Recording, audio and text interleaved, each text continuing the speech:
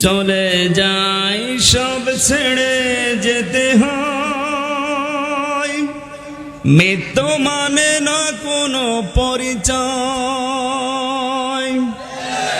সব রাজা মহারাজা আর মহাবীর কাউকে অবকাশ দেয় না।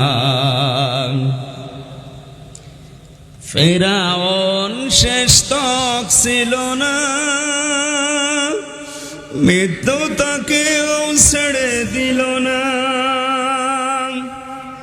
থেকে গেছে তার সব স্মৃতিচিহ্ন, কেউ আজ তার হয়ে রয় না। এই সেই পিরামিড দাঁড়িয়ে আকাশের দিকে মাথা বাড়িয়ে, ইতিহাস হয়ে আছে চিরকাল। ফেরাউন শুধু ভবে রয় না। নীল নদ আজও আছে থাকবে,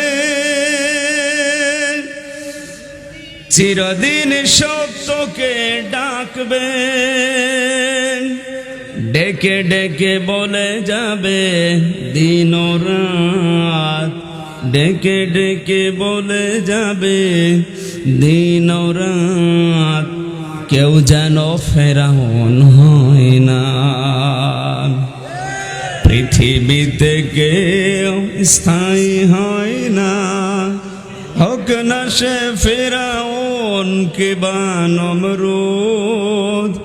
কেউ ভবে চিরকাল রয় না। বাংলাদেশের ঐতিহ্যবাহী জেলা চুয়াডাঙ্গা জীবননগর থানার অন্তর্গত উথলি বাজার পাড়া কবরস্থান কমিটির উদ্যোগে নবম বাৎসরিক তাফসীরুল কোরআন মাহফিলের স্বনামধন্য সভাপতি, বিশিষ্ট সমাজসেবক, সাংবাদিক, আমার শ্রদ্ধাভাজন ব্যক্তিত্ব, অত্র এলাকার সুপরিচিত জনাব মোহাম্মদ আব্দুল্লাহ, আতালাল্লাহু উমরাহু ওয়া বারাকাল্লাহু ফি হায়াতি। সকলে বলেন আমিন। এতক্ষণ যারা আলোচনা রাখলেন এখানে, অত্র এলাকার কৃতি সন্তান, ইসলামিক চিন্তাবিদ, শিক্ষাবিদ, রাজনীতিবিদ, শ্রদ্ধাভাজন বড় ভাই জনাব মাওলানা মহিউদ্দিন খতিব, শানের হুদা কেন্দ্রীয় জামে মসজিদ। আলোচনা রেখেছেন ইসলামিক চিন্তাবিদ জনাব মাওলানা হুসাইন আহমেদ মাহফুজ চুয়াডাঙ্গা। উপস্থিত আছেন জীবননগর আলিম মাদ্রাসার সম্মানিত অধ্যক্ষ জনাব মাওলানা আব্দুল খালিক। বংশে বসা আছেন অত্র এলাকার সর্বজন শ্রদ্ধাভাজন ব্যক্তিবর্গ যারা। সামনে বসা মুসলমান ভাইরা, পর্দার আড়ালের সম্মানিত মা এবং বোনেরা, প্রাণপ্রিয় চুয়াডাঙ্গাবাসী। আমি জানি এভাবে আপনারা কথা বলবেন, আপনারা বলতে থাকেন, আমিও বলতে থাকি, নাকি? গোনা আপনাদের হচ্ছে, কিন্তু ভাই কথা যে বলছেন তারই গোনা হচ্ছে। আমরা এখন কোরআনে যেহেতু প্রবেশ করেছি, কথা বন্ধ করে দল, মত, জাতি, বর্ণ, ধর্ম নির্বিশেষে আজকের এই অনুষ্ঠান, যার মাধ্যমে আজকে দাওয়াতটা নিয়েছিলাম আপনাদের এলাকার সেলিম হাফেজ আবু বকর সিদ্দিক, এ মাহফিলের বরেণ্য সদস্য যারা নিজেদের শ্রম দিয়ে, সময় দিয়ে, অর্থ সম্পদ দিয়ে যারা এই জান্নাতের বাগান সাজিয়েছেন, সবাইকে নিয়ে আল্লাহর দরবারে শুকরিয়া জানাচ্ছি, যিনি আমাদেরকে কথা বলার শক্তি দিয়েছেন। কোরআনে কারীম জানিয়েছে খালাকাল ইনসান আল্লামাহুল বায়ান। আল্লাহ তাআলা বলেন, আমি মানুষ বানিয়েছি, কথা বলার শক্তি দিয়েছি। আমাদের আল্লামাহুল বায়ানের উপরে চিন্তা ভাবনা করে আমরা পেয়েছি, বিজ্ঞান জানিয়েছে কয়েক ইঞ্চি কণ্ঠ দিয়ে আমরা কথা বলি। এক একটা কথা তৈরি হওয়ার জন্য 27টা স্তর পার করা লাগে। এগুলো সব আমার আল্লাহ তার ফেরেশতাদেরকে দিয়ে পার করিয়ে একটা করে কথা আমাদের মুখ দিয়ে বের করে দেয়। অথচ বাংলাদেশে দুঃখজনক হলেও সত্য, এই 15.5 বছর একটা অদৃশ্য শক্তি আমাদের এই কণ্ঠ নালী চেপে ধরেছিল। যারা আল্লাহর দেওয়া বাক শক্তিকে রুদ্ধ করে দিয়েছিল, আল্লাহ তাদেরকে আজ রুদ্ধ করে দিয়েছে। ফালাম্মা নাসুমা যুকিরু বিহি ফাতাহনা আলাইহিম আবওয়াবা কুল্লা শাই। সূরা আনআম 44 নম্বর আয়াতের প্রথম অংশে আছে আল্লাহ তাআলা বলেন, যখন তারা আমি আল্লাহর নির্দেশ, আমি আল্লাহর আদেশ ভুলে গেল, তখন তাদের নিয়ামত আমি আল্লাহ যত ছিল সব খুলে দিলাম। তাদের শান্তি, তাদের স্বস্তি, তাদের টাকা পয়সা, তাদের ক্ষমতা, দিন যত গেল আমি আল্লাহ বাড়িয়ে দিতে থাকলাম। আমরা 2006 সালের 28 অক্টোবরের পর থেকে পৃথিবীর ইতিহাস যারা পাল্টিয়েছিল এই দেশে, এই আয়াতটা ওই সময় পড়ার পরে মনে করেছিলাম আল্লাহ মনে হয় এই মানুষগুলোকে পৃথিবীর মানচিত্রে আর জায়গা দেবেন না। অথচ দেখলাম 2 বছরের ব্যবধানে আল্লাহ তাদেরকে ক্ষমতার চেয়ার দিলেন। 5 বছর পরে মনে করলাম না, আর মনে হয় যাবে না, দেখলাম না আবার টিকে গেল। 5 বছর পরে দেখেছি আবার টিকে গেল। 24 সালেও তারা টিকে গিয়েছিল। পরের শব্দটা আমরা বাস্তবে মিলিয়ে দেখলাম সূরা আনআম 44 নম্বর আয়াত, 7 নম্বর পারা, 12 নম্বর পৃষ্ঠা, 2 নম্বর লাইনে এটা আছে। আল্লাহ পাক বলেন, হাত্তা ইদা ফারিহু বিমা উতু আখাযনাহুম বাগতাতান। এই যে পৃথিবীর মানুষেরা কান খাড়া করে শোনো, এই মানুষগুলো যখন আমার দানকৃত বস্তু নিয়ে এখানে ক্ষমতা হতে পারে, অর্থ হতে পারে, প্রভাব প্রতিপত্তি হতে পারে, এই বিষয়গুলো নিয়ে যখন এরা আনন্দে আত্মহারা হয়ে আছে, এরা আনন্দে যখন মেতে আছে, আখাযনাহুম বাগতাতান, আমি আল্লাহ হঠাৎ করে তাদেরকে ধরলাম। ও চুয়াডাঙ্গাবাসী, জালেমদেরকে ধরেন কে? এখানে ফাইল আল্লাহ নিজে কর্তা, হোম দিয়েছেন আল্লাহ, বহু বচন দিয়ে জানিয়েছেন এ পৃথিবীতে যারাই জালেম আল্লাহর নিয়ামত পাওয়ার পরে আনন্দে যারা আত্মহারা হয়ে আল্লাহর জিকির যারা ভুলে থাকে, তাদেরকে সরাসরি আমার আল্লাহ নিজে অ্যাটাক করেন। আল্লাহ পাক বলেন, আমার ধরনটা লক্ষ্য করো, আখাযনাহুম, আমি নিজে তাদেরকে ধরলাম, বাগতাতান, আকস্মিক ভাবে, ফাইদাহুম মুবলিসুন, এ মানুষগুলো হতাশ হয়ে গেল। আপনি 2024-এর 5 আগস্টের সাথে আয়াতটা মিলান, আমার মনে হয় খাপের খাপ মিলে যাবে। ওরা কিন্তু আনন্দে ছিল। এ জালেমেরা কোনোদিন চিন্তা করে না যে আমাদের দুপুরের খাবার খাবার সময় পাবো না। যদি এই চিন্তা করতো, জীবনও রান্না করতো না। কথা বলেন না কেন?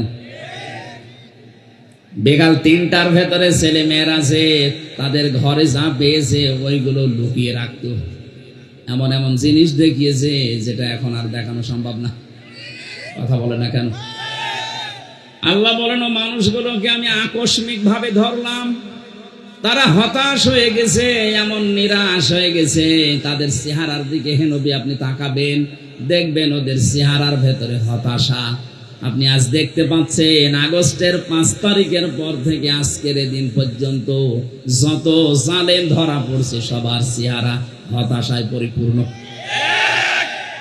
তাহলে এটা ছাত্র জনতা বাংলাদেশের ছেলে মেয়েরা ধরেনি, এটা ধরেছে কে? কেন? এ মানুষগুলো আল্লাহর নিয়ামত পাওয়ার পরে আমার আল্লাহকে যখন ভুলে যায়, এ মানুষগুলোকে তখন আল্লাহ নিজে ধরেন।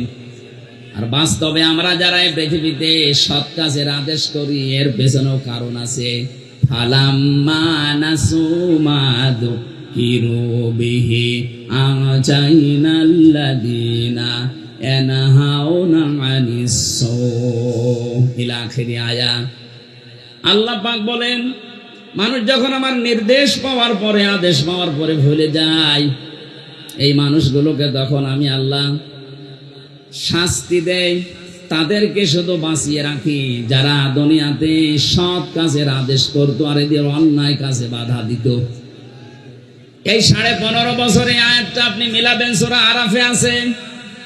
আমি তো বাস্তব বলছি, এই 15.5 বছরে যারা কোরআনে কারিমের কথাগুলো দিয়ে মানুষদেরকে অন্যায় থেকে ফিরিয়ে রাখার চেষ্টা করেছে, তাদেরকে আল্লাহ এখন বাঁচিয়ে দিচ্ছে। ওরা বলে আমরা যা করবো আপনারা বলেন কেন? আমরা বলি আমাদের নিজেদের বাঁচাতে। এই যে স্টেজটা দেখতে পাচ্ছেন, এটা মনে করেন একতলা, এর উপরে আর একতলা আছে। নৌকা চলতেছে সমুদ্রে, নিচ তলায় পানির ব্যবস্থা নেই, উপর তলায় একটা পানির ব্যবস্থা করা আছে। নিচের লোকগুলো শুধু মাঝে মাঝে সিঁড়ি বেয়ে যায় উপরে পানি আনতে। ওপরের লোক যদি বলে কি করেন এত ডিস্টার্ব, নিচেই তো পানি আছে হাতের নাগালে, খুলে নিতে পারেন না তক্তা? ও মানুষগুলো বিরক্ত হয়ে বলছে ঠিক আছে, জীবনে আর পানি নেওয়ার জন্য আসবো না, নিচে যখন পানি আছে দেখি হাতের নাগালে, যে একটা তক্তা খুলে নিয়েছে। ওপরে আমরা যারা আছি, আমরা যদি বলি যে যা করছে করুক গা, লা ইলাহা ইল্লাল্লাহ, ওপরে যারা আছে একটাও বাঁচবে।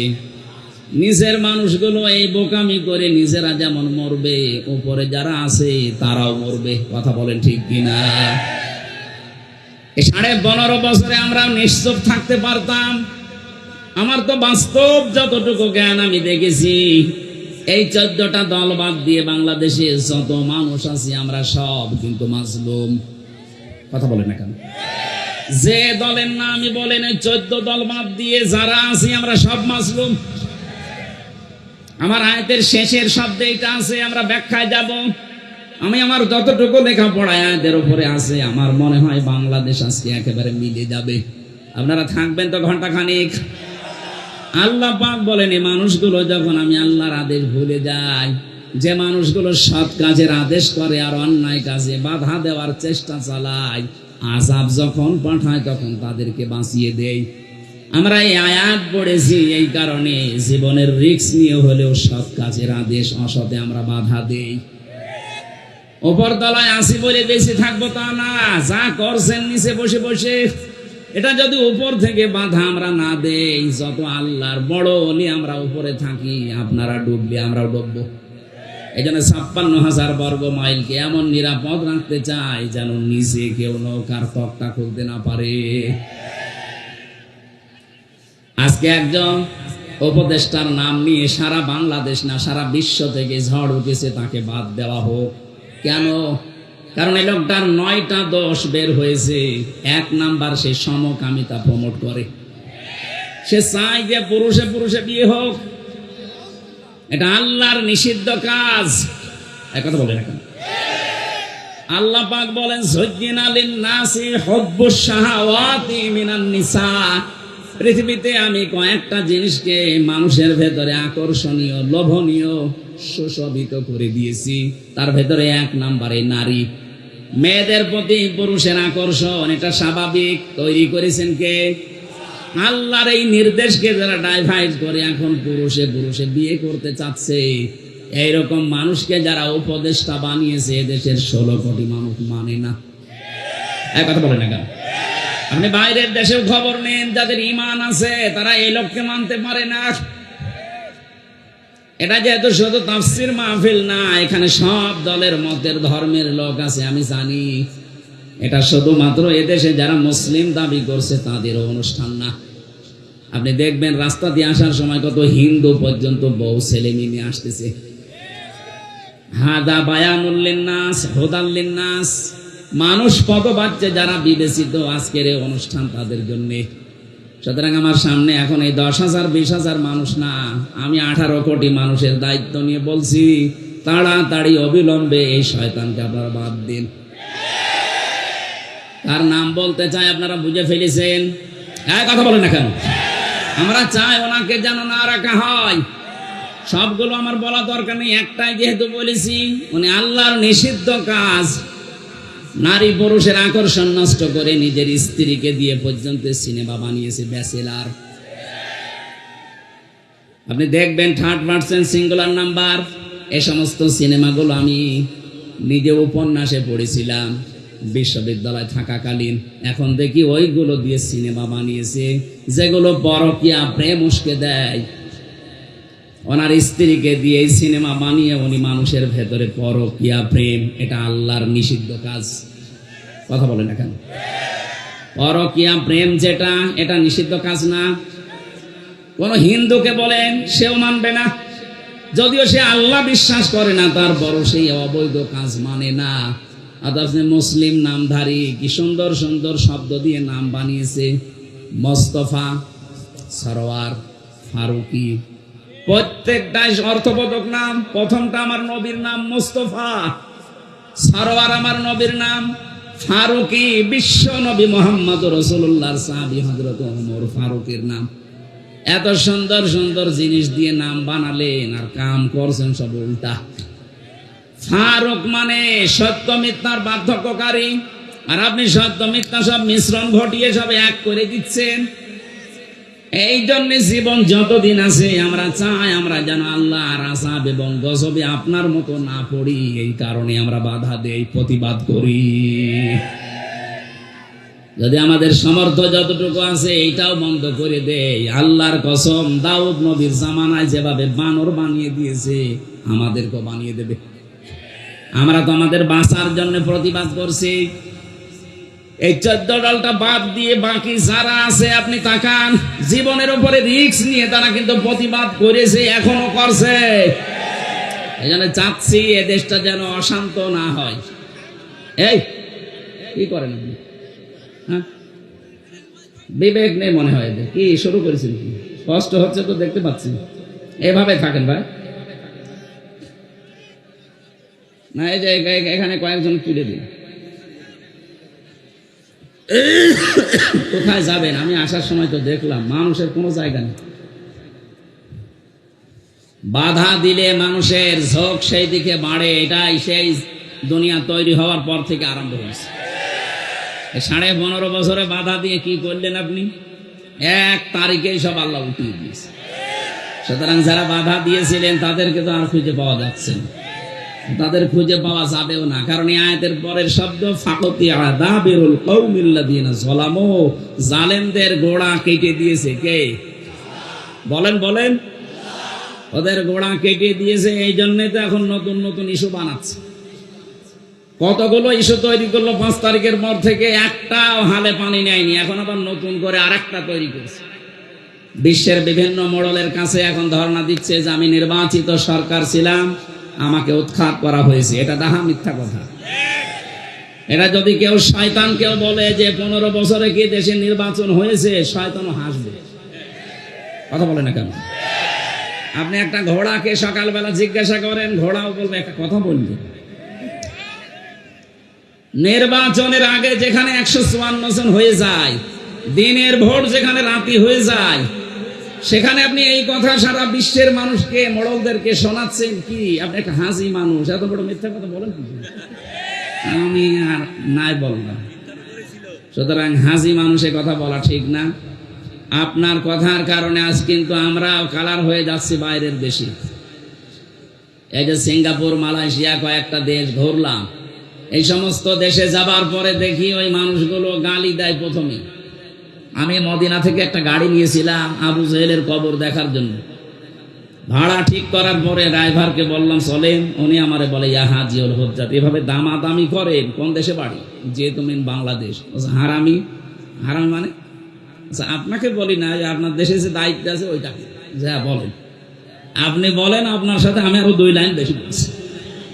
অথচ লোকটা মদিনার লোক, জীবনেও কোনোদিন ইনারে দেখেনি, নামও শুনি। খালি এই দেখেছে ওই হয়তো ফেসবুক চালায় বা এই যে ইউটিউব আছে, এই সমস্ত দৃশ্যগুলো ওখানে যায়, তামাম দুনিয়ায় তো যায়। এই মিথ্যা কথাগুলো দেখে দেখে বলে যে একটা কথা হলো, আল্লাহর ঘর তাওয়াফ করে গেল, নবীর রওজা জিয়ারত করে গেল, আর এরকম ডাহা মিথ্যা কথা বলে কি করে? এই 15.5 বছরে এই দেশে নির্বাচন হয়নি, এটা কি ওয়াজ করার প্রয়োজন আছে? এদেশে সবাই জানে। বিশ্বের মোড়লদের এই মিথ্যা কথা বলে এখন আর বোঝানো যাবে না, তারাও জানে। এদিকে তাকান ভাই। আল্লাহ তাআলা বলেন আমি নির্বাচিত করি। ওই চুয়াডাঙ্গাবাসী, নির্বাচিত করি আমি। এ কথা কার? সূরা হজ 78 নম্বর আয়াতের মাঝে আছে ওয়াজতাবাকুম, আমি তোমাদেরকে নির্বাচিত করি। নির্বাচিত করা হয় যে পদ্ধতির মাধ্যমে, ওই পদ্ধতির নাম নির্বাচন। নির্বাচন ছাড়া নির্বাচিত করা যায়? বলেন বলেন।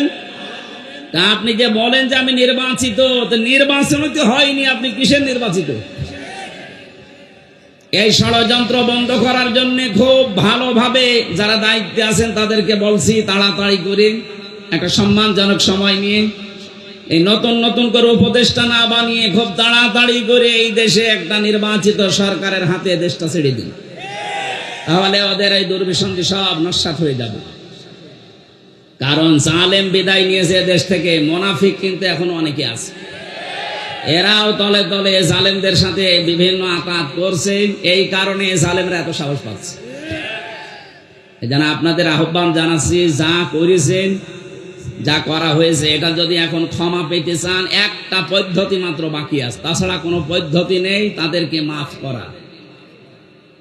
আমি ওইটা বলি, তারপরে তাফসিরে যাচ্ছি নাকি বলেন। নবীজির কাছে একটা মহিলা এসেছে, যুবতী মেয়ে, বলছে, হে রাসূল, আমি জিনা করে ফেলেছি। 3 বার বলার পরে নবীজি বলেন, এ কথা কাউকে বলবা না, চেপে যাও। মেয়েটা বলে, না, আপনি আমাকে মুক্ত করেন, জিনার এই অপরাধ থেকে আমি মুক্ত হয়ে দুনিয়া থেকে বিদায় নিতে চাই। এই অপরাধ নিয়ে আমি আল্লাহর দরবারে যেতে চাই না, কারণ আমি নিজে কোরআন পড়ি, কোরআন বুঝি, শয়তানের ধোঁকায় নফসের জালে কাজটা করে ফেলেছি, যৌবনের তাড়নায়। কিন্তু আমি এখন ক্ষমা পেতে চাই, মাপ পেতে চাই, মুক্ত হতে চাই, পরিত্রাণ পেতে চাই। আপনি আমাকে দয়া করে অপরাধ থেকে মুক্ত করেন। নবীজি বললেন, ঠিক আছে, এখনই না, বাড়ি চলে যাও। সন্তানটা যতদিন খালাস না হবে ততদিন আসবা না। ঠিক 10 মাস 10 দিন পরে এসেছে, বলে, হে রাসূল, এই দেখেন আমার ছেলে। নবীজি বললেন, না, এখন না, এই সন্তানের তো বাবার ঠিক নেই, এই জন্য তোমাকে 2 বছর দুধ দেওয়া লাগবে। এখানে আলেম আছে বসে, তাদেরকে বলছে সন্তানকে দুধ দেওয়া লাগবে। নবীজি মাকে বললেন, কেন? সন্তানের দুধ দেওয়ার দায়িত্ব মায়ের না বাবার? না না, আপনি আন্দাজে বলেন, বাবার। আলেমরা তো কিছু বলছে না, আপনি কথা বলেন কেন? সূরা বাকারা 2 নম্বর পারা 17 নম্বর পৃষ্ঠার 1 নম্বর লাইনের 232 নম্বর আয়াতে আছে, এটা মাঝের অংশে আছে। আমি আলেমদেরকে বলছি, এবার এই আয়াতটা নিয়ে লেখাপড়া করবেন, অন্তত 20টা তাফসীর মিলাবেন আধুনিকভাবে, দেখবেন নতুন তথ্য বের হবে এখান থেকে। এতদিন আমিও জানতাম এইটা। আল্লাহ পাক বলেন, ওয়ালা ওয়ালিদাতু ইরদি'না আওলাদাহুন্না হাওলাইনি কামিলাইনি লিমান আরাদা আইয়ুতিম্মার রাদা। এখানে কত মাদ্রাসার আলেম ফাজেল কামেল পাশ করা লোক দেখেন, লিমান আরাদা আইয়ুতিম্মার রাদা, এটা মুযাক্কার শব্দ। দুধ পান করাও 2 বছর, এই কথা বলার পরে আল্লাহ মুযাক্কার দিলেন, মুয়ান্নাস দেয়নি। মায়ের নাম না দিয়ে বাবার নাম দিলেন কেন? সন্তানকে দুধ খাওয়ানোর খরচ, যত রকমের কষ্ট, যে টাকা পয়সা খরচ হবে, যা ব্যয় লাগবে, 2 বছরে সব বাবার দায়িত্ব, মায়ের কোনো দায়িত্ব নেই। মা যদি দয়া করে পান করিয়ে দেয়, আপনার উপর এটা ইহসান। কোন মা যদি বলে, না, আমি এটা করাবো না, 2 বছর দুধ পান করাতে পারি, 5 লাখ টাকা দেওয়া লাগবে, আপনাকে তাই দেওয়া লাগবে? আমার মনে হয় মাইকে এটা বলা ঠিক হইল না। আমার ম্যাডামও শুনতেছে। আমার এই যে 43 দিন আগে একটা মেয়ে হয়েছে, ও যদি এখন লাইভে দেখে বলে, ঠিক আছে বাড়ি আসো, আমারও 5 লাখ দেওয়া লাগবে, না তোমার মেয়ে তুমি নাও, আমি একটা বিপদে পড়ে যাব না? থক্কু, আর বলা যাবে না। চুয়াডাঙ্গাবাসী কোরআনে কারিমের আয়াতে আমি অনেকগুলো তাফসীরের সাথে মিলিয়ে দেখেছি, নবীজি কেন ওই মেয়েটাকে বলেছিলেন যে তুমি দুধ পান করাও 2 বছর, এটা তো বাবার দায়িত্ব। নবীজি কেন অবিচার করলেন? করেছিলেন এই কারণে, কারণ তার তো বাবার ঠিক নেই। সন্তানটা যার, সন্তান ছিল না, এর কথা বলছেন না কেন?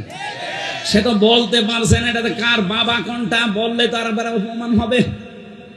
আরে গোপন কথা জিজ্ঞাসা না করাই ভালো।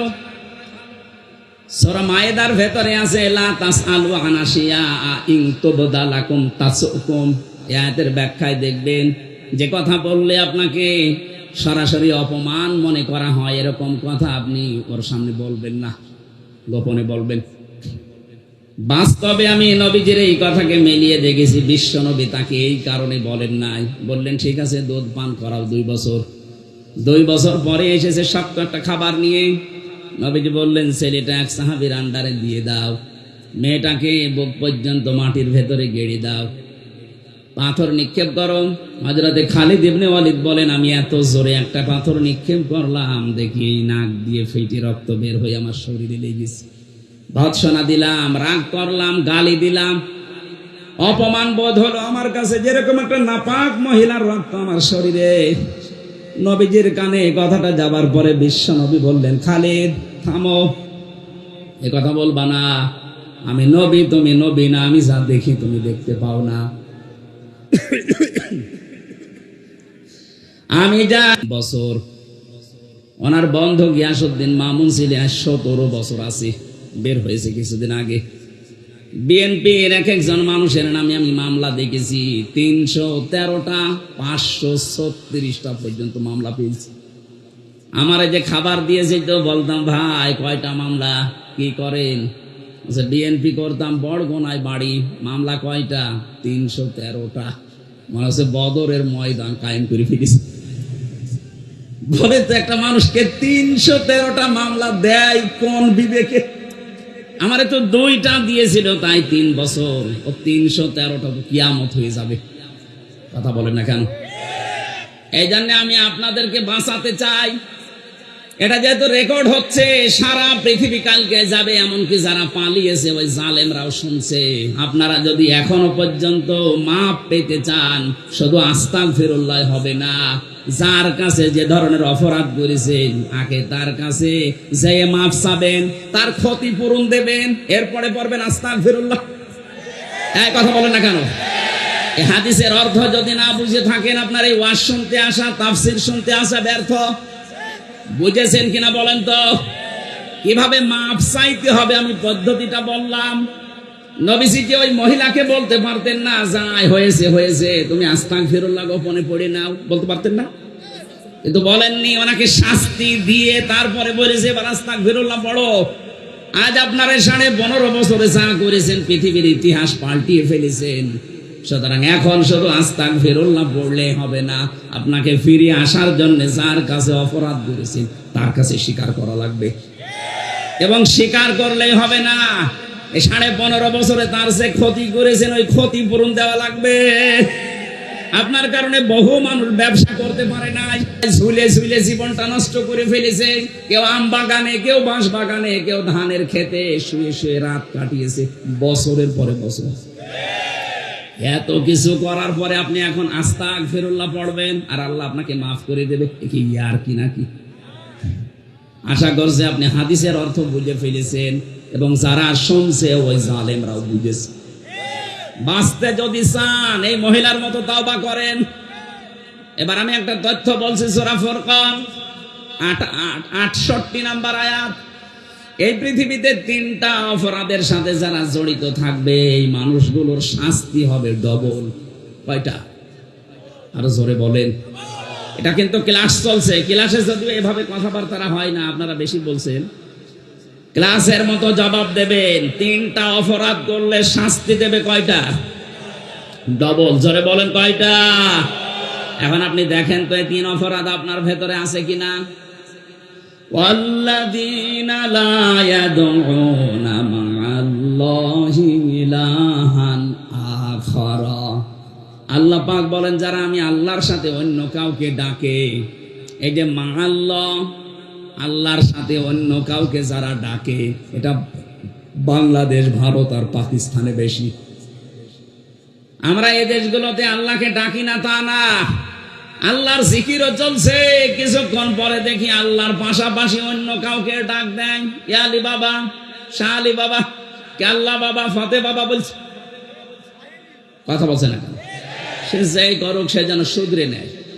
আল্লাহর সাথে অন্য কাউকে ডাকা, আরো জোরে বলেন, আরো জোরে বলেন। এমনকি আল্লাহর নামকে কেউ এলহাদ করতে পারবেন না, পরিবর্তন করে ফেলবেন না। ওয়াদারুল্লাযীনা ইলহাদুনা ফি আসমাই, সূরা আরাফ 9 নম্বর পারা 13 নম্বর পৃষ্ঠা 4 নম্বর লাইনের 180 নম্বর আয়াতের মাঝে আছে। আল্লাহ পাক বলেন আমার নামকে তোমরা এলহাদ করবা না, উলট পালট করবা না, ছোট বড় করবা না। আজ যারা কালেমাকে লা ইলাহা ইল্লাল্লাহ পুরা কালেমা না পড়ে শুধু হালকা লা ইলাহা লা ইলাহা হবে, বলেন বলেন, শুধু ইল্লাল্লাহ ইল্লাল্লাহ হবে, আপনাকে পরিপূর্ণ করা লাগবে। তাম্মাত কালিমাতু রাব্বিকা সিদকাও ওয়া আদলা, আল্লাহ বলেন আমার কালামটা পরিপূর্ণ করে দিয়েছি। আপনি কোথায় পেয়েছেন যে শুধু লা ইলাহা লা ইলাহা বলা লাগবে? এই জন্য আল্লাহর নামকে কেউ যদি এলহাদ করে, পরিবর্তন করে ফেলে, আল্লাহ বলেন তাদের সাথে তোমরা ডাকবা না আমাকে। এরপরেও যদি বলেন আমার বাবা বলেছে, যান বাবার সাথে জাহান্নামে যান। এর চাইতে শক্ত কথা আমার জানা নেই। আমি আপনার বিবেকের ওপরে কড়া নাড়লাম, এরপরও যদি কারো বিবেকে কাজ না করে জানতে হবে ওর বিবেকের ওপরে কুকুরে পোশাক দিয়েছে। ও বলছে ঠিক। তাহলে আজকে থেকে সিদ্ধান্ত নিয়ে যাবেন এই মাহফিলে এসে আল্লাহর সাথে অন্য কাউকে আমি আর ডাকবো না, এমনকি রাসূলুল্লাহকে না। রাসূলুল্লাহর নামে জিকির করা জায়েজ নেই। যারা না বলছে ইয়া রাসূলুল্লাহ ইয়া রাসূলুল্লাহ জিকির করেন, আপনি শিরক করছেন। জিকির হবে কার নামে? দরুদ হবে রাসূলুল্লাহর নামে। সোহেল চৌধুরী নায়ক, নাম শোনেননি? এই লোকটা হত্যার মামলার যে আসামি ছিল মামুন ইমন, ইনি আমার সাথে ছিল, মাঝে মাঝে আসতো। ও ভেতরও এরকম মস্তান। ও দেখতাম ফজরের আগে আমরা যখন তাহাজ্জুদ পড়তে উঠি ওই সময়, এখন বের হয়েছে 25 বছর পরে বের হলো, ওই সময় দেখেছি উনি জিকির করছে উঠে ইয়া রাসূলুল্লাহ ইয়া রাসূলুল্লাহ। কি গো? একদিন বললাম ভাই আপনি এই জিকির করেন মানে? মহাব্বতে না, এটা মহাব্বতের জিকির না, আপনি শিরিক করছেন।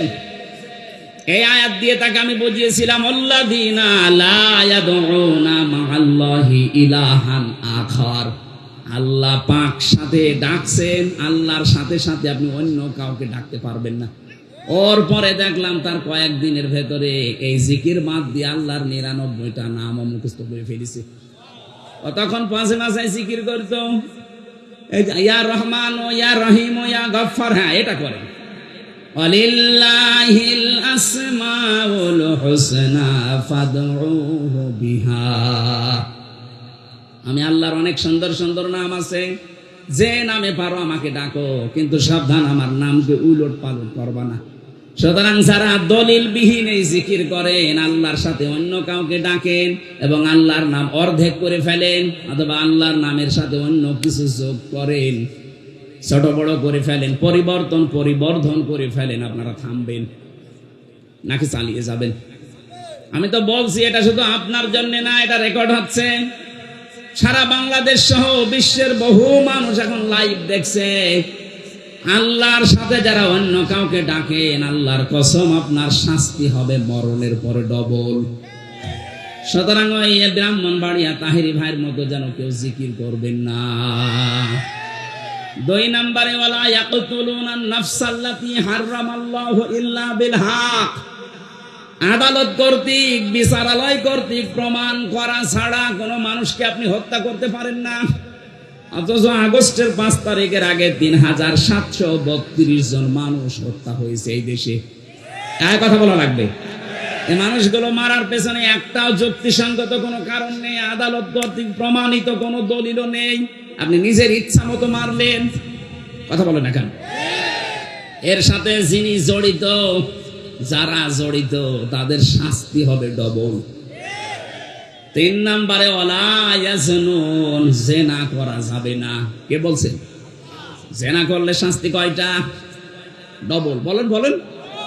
ইউদাফু লাহুল আযাবু ইয়াউমাল কিয়ামাহ, আল্লাহ বলেন তাদের শাস্তি দেব আমি ডবল। ও চুয়াডাঙ্গাবাসী, বিবেকটা খুলে, বিবেকের কানটা একটু এদিকে দেন।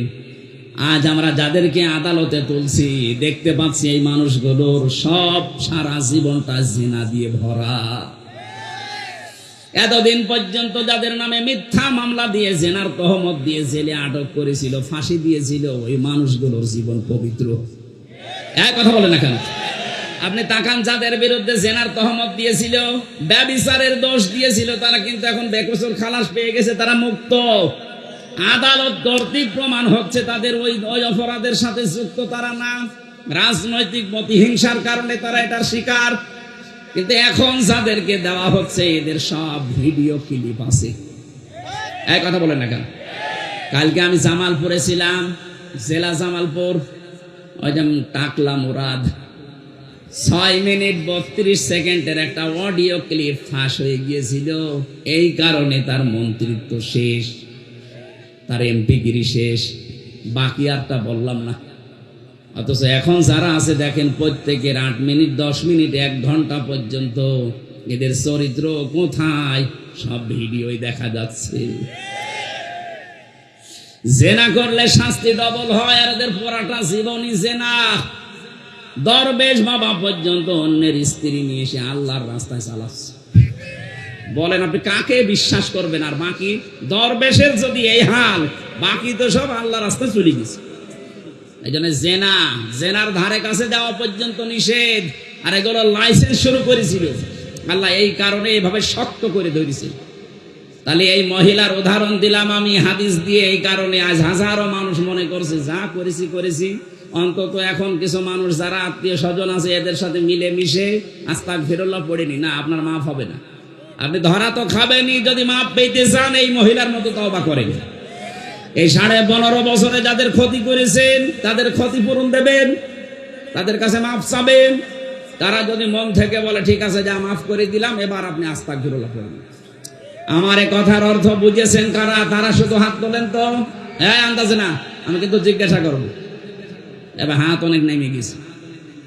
আলহামদুলিল্লাহ, আজকের মাহফিল সাকসেস। আল্লাহ আমাদের তৌফিক দিন কোরআনে কারিমের আয়াতগুলো বোঝার। বলেন আমিন। দ্বিতীয় নাম্বার, আমরা যারা এখানে এসেছি তাফসীরুল কোরআন মাহফিলে তাফসীর শোনার জন্য, সূরা আরাফ 206টা আয়াত ছিল, একটা মাত্র আয়াত পড়েছি, 157 নম্বর আয়াত। আমাকে আল্লাহ যতটুকু জ্ঞান দিয়েছে আয়াতের উপরে, আমি যতটুকু স্টাডি, যতটুকু লেখাপড়া করেছি, আমি সেই আকারে কথা বলার চেষ্টা চালাচ্ছি। আল্লাহ তৌফিক আমাকে যেন দান করে। জবান খুলে সকলে বলেন আমিন। এবার আপনি একটু তেলাওয়াত করেন ভাই। আউযু বিল্লাহি মিনাশ শাইতানির রাজিম। বিসমিল্লাহির রহমানির রহিম। আল্লাযীনা ইয়াত্তাবিউনার রাসূলান নাবিয়্যাল উম্মিয়্যাল্লাযী ইয়াজিদুনাহু মাকতুবা ইলা আখিরি আয়াত। কোন সূরা বললাম? বলেন বললাম না? ক্লাস চলছে। আরাফ শব্দের শাব্দিক অর্থ পরিচিত হওয়া। আরাফ মানে কি? এটা জান্নাত জাহান্নামের মাঝে একটা প্রাচীর বানাবেন আল্লাহ। এই প্রাচীরের উপরে কিছু মানুষকে আল্লাহ দাঁড় করিয়ে দেবেন। এই প্রাচীরের নাম আরাফ। নাম কি? নবীজি সাহাবীদের সামনে বলছিলেন এই প্রাচীরের উপরে আল্লাহ যাদেরকে দাঁড় করাবে এদেরকে জাহান্নামেও দেবে না, জান্নাতেও দেবে না। সাহাবী প্রশ্ন করলেন, হে নবী, এদেরকে জান্নাতে দেবে না কেন? নবীজি বললেন, এদেরকে আল্লাহ জান্নাত দিচ্ছে না এই কারণে, কারণ এরা দুনিয়ায় ভালো ভালো অনেক কাজ করেছে, কিন্তু মা বাবার সাথে খারাপ আচরণ করত। বাংলার মুসলমানেরা খুব সেনসিটিভ বিষয় এটা। আপনি যত ইবাদত বন্দেগী করেন, বৈধ কোনো কারণে যদি মা বাবা অসন্তুষ্ট হয়ে থাকে, আপনি কিন্তু ওই প্রাচীরের উপরে দাঁড়িয়ে থাকবেন। কথা বলেন না কেন? কয়েকদিন আগে আমি নীলফামারী কিশোরগঞ্জ গিয়েছিলাম। ওখানে একটা বৃদ্ধাশ্রমে নিয়ে গেল দেখার জন্যে। যে দেখি কিছু মার বাবা এই লাইনে বসে আছে, প্রায় 40 জনের মতো। তাদের চোখের দিকে তাকিয়ে দেখতে পেয়েছি এই মানুষগুলোর সন্তান আদি অনেক বড় বড় জায়গায় আছে। আমি জিজ্ঞাসা করেছিলাম কয়েক জায়গায়, কিন্তু এই মানুষগুলোকে সব এখানে রেখে গেছে, মাসে মাসে খরচ দিয়ে যায়। চিন্তা করেন যে মানুষের 10 তলা বিল্ডিং, 5 তলা বিল্ডিং এর মালিক, 4-5টা ফ্ল্যাটের মালিক, এক একজনের 8টা 10টা করে রুম আছে বাড়িতে, কিন্তু মার বাবার থাকার জায়গা নেই। এ মা বাবার দিকে তাকালেই মনে হচ্ছে এরা সন্তানের জন্য বরদোয়া দিচ্ছে। বলেন নাউজুবিল্লাহ। যাদেরই মা বাবা আমি ওখানে দেখেছি, এই সন্তানগুলো যদি 14 বার হজ করে আসে, আল্লাহর কসম এরা জান্নাত পাবে না, ওরা ওই প্রাচীরে দাঁড়িয়ে থাকবে। আমাদের কপাল যেন এরকম না হয়। কথা বলে না কেন? যতগুলো সন্তানের কারণে তার মার বাবা বৃদ্ধাশ্রমে থাকে, বাংলাদেশে এখন বৃদ্ধাশ্রম প্রায় 168টার উপরে। নীলফামারীর কিশোরগঞ্জ একটা থানা, সেখানে এতগুলো মানুষ পড়ে আছে, বছরের পর বছর আছে, অনেকে খবর নেয় না, শুধু মাঝে 2 বছর 3 বছর পর একটা চিঠি পাঠায়, মা কেমন আছো, একটা কথা বলবো। 30 বছর 25 বছর পর্যন্ত এই ছেলেটার পেছনে ওই মার বাবা নিঃস্বার্থ ভাবে শ্রম দিয়েছিল। কথা বলে না কেন? অথচ আজকে এই সন্তানই রেখে গেছে তার মাকে।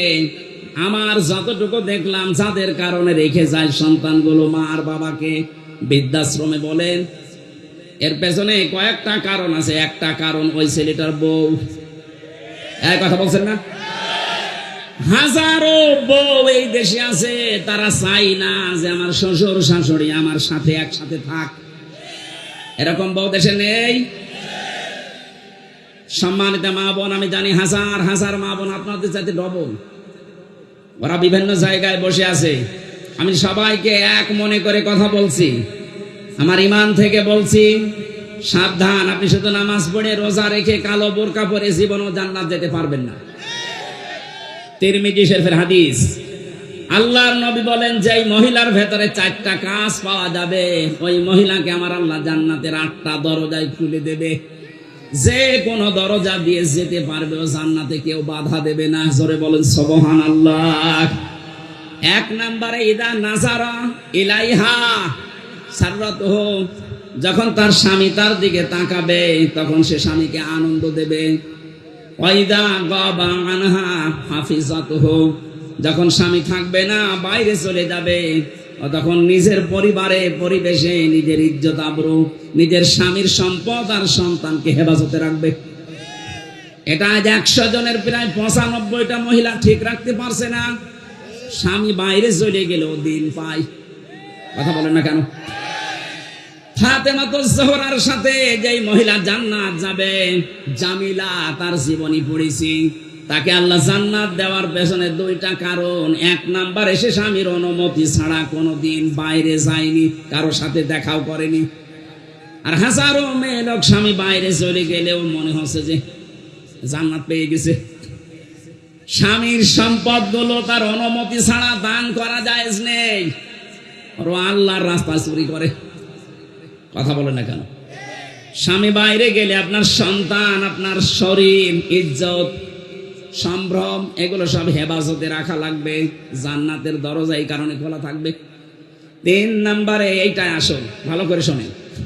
নবীজি বলেন, তুইনু আলা দীনি যাওজাতিহা, যে মহিলা তার স্বামীকে দিনের উপরে চলতে সাহায্য করে, দিনের প্রচারে গেছে, দিন কায়েমের জন্য কাজ করছে, এই মহিলার কষ্ট হলেও স্বামীকে সাহায্য করবে, উৎসাহ দেবে, পেছন থেকে আরো সাহায্যের হাত বাড়াবে। কিন্তু হাজারো মহিলা এটা করে তো না, আরো বাধা দেয়। এই কথা বলছে না কেন? সম্মানিত মা বোনেরা, শুধু নামাজ পড়ে রোজা রেখে আপনি জান্নাত যাবেন কখনোই না। অতঈনু আলা দীনি যাওজাতিহা, আপনার স্বামীকে দিনের কাজে চলার জন্য, দিনের পথে চলার জন্য যতটুকু সমর্থ আছে সাহায্য করবেন, উৎসাহ দেবেন, এগিয়ে দেবেন। হযরতে খাদিজাতুল কুবরা রাদিয়াল্লাহু তাআলা আনহা, আল্লাহ তাকে সালাম দিয়েছিলেন। পৃথিবীতে এই 2 জন মহিলার জীবনী পেয়েছি, আল্লাহ নিজে সালাম পাঠিয়েছেন। একজন হযরতে আসিয়া, 2 নম্বরে হযরতে খাদিজা। আসিয়াকে আল্লাহ সালাম দিয়েছিলেন তার স্বামীর অত্যাচারের কারণে, খাদিজাকে আল্লাহ সালাম দিয়েছিলেন তার স্বামীর ভালোবাসার কারণে। জোরে বলেন আল্লাহু আকবার। খাদিজাকে আল্লাহ সালাম পাঠালেন তার স্বামীর মহব্বত, ভালোবাসার কারণে। নবীজি বলেন, আমি যত রাতে আসি, যতবার আসি, খাদিজাকে কোনোদিন আমি ঘুমন্ত অবস্থায় পাইনি। যখনই এসেছি শুধু একটা বার ডাক দিয়েছি, সঙ্গে সঙ্গে খাদিজা আমার জন্য দরজা খুলে দিয়েছে। জিজ্ঞাসা করতাম, কেন এ কাজ করো, ঘুমাতে পারো না? খাদিজা আমাকে প্রতিবার শুনিয়েছে, স্বামী আমার, আমি জানি আপনি দিনের কাছে বাইরে থাকেন, দিনের প্রসারের জন্য আপনার পেছনে 24 ঘন্টা মানুষ লেগে আছে। কখন কোন ক্ষতি হয়ে যায় এই টেনশনে আমার তো ঘুম আসে না। আপনি যখন আসবেন পরিশ্রান্ত ক্লান্ত শরীর নিয়ে আপনি বারবার ডাকবেন, আমি যদি আরামে ঘুমিয়ে থাকি উঠতে দেরি হয়ে যাবে, বিয়াদবি হতে পারে। এই কারণে যতক্ষণ না আসেন ততক্ষণ পর্যন্ত ঘুম লাগলো আমি বিছানায় না ঘুমিয়ে দরজার সাথে হেলান দিয়ে ঘুমাই। স্বামীর এই মহাব্বত দেখে আমার আল্লাহ তাকে সালাম পাঠিয়েছিলেন দুনিয়ায়, আর আমরা স্বামীর সাথে এমন আচরণ করি, সালাম তো দূরের কথা, আল্লাহ গজব পাঠায়। কথা বলেন না কেন? বিশ্ব নবী এত বেশি পরামর্শ দিয়েছিলেন তার মেয়ে ফাতেমাকে, ডাক দিয়ে বলতেন, মা, 4টা মেয়ের ভেতরে তোমাকে সবচাইতে বেশি ভালোবাসি আমি। এতদিন আমার বাড়িতে ছিলে, যত কিছু মনে লেগেছে, কাজকর্ম তুমি করতে পেরেছো, আজকে একটা নতুন পৃথিবীতে তোমারে পাঠালাম আলীর কাছে। সাবধান, শরীয়ত সম্মত কোনো বিধান নিয়ে আমার জামাইয়ের সাথে বার্গেনিং করবা না। শরীয়তের ভেতরে থেকে যদি আমার জামাই হযরতে আলী কোনো বিষয়ে তোমার উপরে মন খারাপ করে, এ অবস্থায় যদি তোমার মরণ হয়ে যায়, আমি নবী হয়ে বলছি তোমার জানাজায় বাবা হয়েও যাব না। আজ বাংলার বাবাগুলো যদি এইভাবে সতর্ক করতো, বাংলাদেশে ডিভোর্স হইতো না, সংসারে তালাক পড়তো না। কথা বলেন না কেন? আপনার মেয়েটাও দুনিয়ায় জান্নাতের একটা পরিবেশ পেত। আপনি নিজের পরিবার যেমন জাহান্নাম বানিয়ে রেখেছেন, আপনার মেয়েটার পরিবারও জাহান্নাম বানিয়ে দিচ্ছেন। আপনি আদর্শ বাবা না, আপনাকে বাবা হওয়া লাগবে মুহাম্মদুর রাসূলুল্লাহর মতো। আমার কথা ছিল, আপনার স্বামী যতক্ষণ বাইরে থাকবে দিনের কাজে, মানবতার কাজে, আপনাকে সাহায্য করা লাগবে, তাকে সহযোগিতা করা লাগবে, উৎসাহ দেওয়া লাগবে। আপনি যদি বাধার কারণ হয়ে দাঁড়ান, জান্নাত আপনার জন্য ব্যারিকেড হয়ে দাঁড়াবে। 4 নম্বরে বেশি স্বামী যা আদেশ করে ওটা যদি জায়েজ হয়, স্বামী যেটা চায় ওটা যদি জায়েজ হয়, স্বামী যেটা পছন্দ করে ওটা যদি জায়েজ হয়, আপনার জীবন থাকতে ওইটা মানা লাগবে। এই 4টা কারণ পেয়েছি আমি তিরমিজি শরীফে। এখানে যত মহিলা এসেছে 5 ওয়াক্ত নামাজ আর রমজানের রোজার পাশাপাশি আমার আল্লাহ 4টা কাজ তাদেরকে করার তৌফিক দেন। বলেন আমিন। জীবননগরবাসী আরাফ নামক স্থানে মা বাবার সাথে বিয়াদবি করার কারণে আপনি দাঁড়িয়ে আছেন। নবীজি বলেন এরা জাহান্নামেও যাচ্ছে না। সাহাবী বললেন কেন? নবীজি বলেন এই মানুষগুলো আর যাই করুক না কেন দুনিয়াতে, এরা ইসলামী আন্দোলন করতো, ইসলাম কায়েম করার জন্য এরা চেষ্টা চালাতো। এই দুনিয়াতে ইসলাম কায়েম হোক এজন্য সর্বাত্মক চেষ্টা চালিয়েছে। কায়েম হয়নি, ওর দোষ নেই, ও তো চেষ্টা করেছে। এই জন্য ওকে আমি আল্লাহ জাহান্নামে দেব না। সূরা সফ 10 নম্বর আয়াতের দলিল আছে। এটা থেকে প্রমাণ পাওয়া যায় যারা দিন কায়েমের জন্য চেষ্টা চালাবে তাদের আর যাই হোক জাহান্নামে যাওয়া লাগবে না। কিন্তু অশনি সংকেত এইটা হাদিসের শেষে কিন্তু আর বলা নেই যে কোথায় যাবে। বলেন তো আপনি জাহান্নামে গেলেন না, জান্নাতেও যেতে পারলেন না। আরাফ নামক এই প্রাচীরের ওপরে যদি আমরা কেউ দাঁড় হয়ে পড়ি, আমাদের মতো কপাল খারাপ কারো আছে? এটা যা করবেন চিন্তা ভাবনা করে। আল্লাহ পাক এই সূরার ভেতরে একটা আয়াতে ঘোষণা দিচ্ছেন, আল্লাযীনা ইয়াত্তাবিউনার রাসূলা। এই আয়াতের ভেতরে আমি 13টা কাজ পেয়েছি, একটু খেয়াল করে শুনবেন। কাজ আছে এর ভেতরে 13টা। 6টা কাজ। 1 নম্বরে আছে পরিচিতি, 2 নম্বরে আছে সকল ন্যায় এবং অন্যায়ের আদেশ আর নিষেধ, 3 নম্বরে পবিত্র বস্তু হালাল করা, 4 নম্বরে অপবিত্র বস্তুগুলো হারাম করা, 5 নম্বরে বোঝা, চাপানো বোঝা এবং বন্ধন যেটা সেটা থেকে আল্লাহ মুক্ত করে দেওয়া, 6 নম্বরে উৎকর্ষ সাধন করা মানব জীবনের। এই যে 6টার পরে আমার আল্লাহ এই আয়াতের শেষের দিকে জানিয়েছেন যে নবী আর রাসূল তোমাদেরকে পাঠালাম, তার দায়িত্ব ছিল দুনিয়ায় 3টা। তোমাদেরকে কিয়ামত পর্যন্ত এই 3টা দায়িত্ব পালন করা লাগবে। তার প্রতি ঈমান আনতে হবে, সম্মান করা লাগবে, সাহায্য করা লাগবে, সহানুভূতি দেখানো লাগবে, তার প্রতি যে আলো আমি পাঠিয়েছি, তার মানে কোরআন শরীফ, এইটার উপরে অনুসরণের মাধ্যমে জীবন চালাতে হবে। শেষের শব্দ হচ্ছে উলাইকা হুমুল মুফলিহুন, এরা সফল কাম। এবার আসেন আমরা আয়াতের ব্যাখ্যায় যাই। এক নম্বরে আল্লাযীনা ইয়াত্তাবিউনার রাসূলা, যারা অনুসরণ করছে, করবে। ইয়াত্তাবিউনা এটা মুজারে, বর্তমান, ভবিষ্যৎ, প্রেজেন্ট, ফিউচার। যারা অনুসরণ করছে এবং করবে কার? রাসূল, নবী, উম্মি, তিনটা পরিচয় দিয়েছেন। এই একটু খেয়াল করে শোনা লাগবে এটা। আল্লাহ পাক যার অনুসরণ করার জন্য আমাদের সবাইকে আদেশ দিচ্ছে, তার পরিচয় কয়টা বললাম? তিনটা। আরো জোরে বলেন কয়টা? এক নম্বরে তিনি রাসূল, দুই নম্বরে তিনি নবী, তিন নম্বরে তিনি উম্মি। এখন রাসূল কাকে বলে, নবী কাকে বলে, উম্মি কাকে বলে? আমার আয়াতের মূল শব্দের তাফসীর করার নিয়ত ছিল ইয়ামুরুহুম বিল মারুফ ওয়া ইয়ানহাহুম আনিল মুনকার, এই দুইটা শব্দে। বাকিগুলো আপনারা তাফসিরে ফি জিলালিল কোরআন, ইবনে কাসির আর তাফসির হাক্কানি, এই চারটা তাফসিরে থেকে আমার আজকের আলোচনা। এগুলো একটু দেখে নিয়েন, আরো বিস্তারিত জ্ঞান পাবেন। এমন রাসূলের পরিচয় দিয়ে আল্লাহ অনুসরণ করার কথা বললেন, তার প্রথম পরিচয় তিনি মুহাম্মদ ইবনে আব্দুল্লাহ না, তিনি রাসূল। কি? আমি এবার আলেমদেরকে বলছি, রাসূল হওয়ার জন্য ওনাকে যে সময় বেঁধে দিয়েছিলেন আল্লাহ, জন্মের পর থেকে কিন্তু ওনাকে কেউ রাসূল বলে নাই। পুরা আরব জাহানের ভেতরে ওনাকে বলতো আল আমিন, আস সাদিক, অথবা মুহাম্মদ ইবনে আব্দুল্লাহ। কথা বলে না কেন? 1 থেকে 40 বছর কেউ পুরা আরব জাহানে রাসূল বলেছে? বলেন কখন বলেছে? 40 বছর বয়সে তিনি যখন আল্লাহর কাছ থেকে পেয়েছিলেন ইকরা বিসমি রাব্বিকাল্লাযী খালাক, আল্লাহ পাক এই 5টা আয়াত তাকে দেওয়ার সঙ্গে সঙ্গে তিনি বাড়িতে আসলেন। এই বললাম না, একটু খেয়াল করা লাগবে এখানে। বাড়িতে আসার পরেই বললেন জাম্মিলুনি জাম্মিলুনি ইয়া খাদিজা, আমাকে ঢেকে দাও, আমি ভয় পেয়েছি। হযরতে খাদিজা ওই দিন তাকে 5টা কথা শুনিয়েছিলেন। পৃথিবীর কোন স্ত্রী যদি স্বামীকে এই 5টা কথা বলতে পারে, সে স্বামী যেন বিশ্বাস করে সে হক পথে আছে। আর যদি মনে করেন না, স্ত্রীর পক্ষ থেকে 5টা কথা আসে না, আপনি যত বড় আল্লাহর ওলি দাবি করেন, আপনি বুঝবেন আপনি ভ্রান্ত পথে আছেন।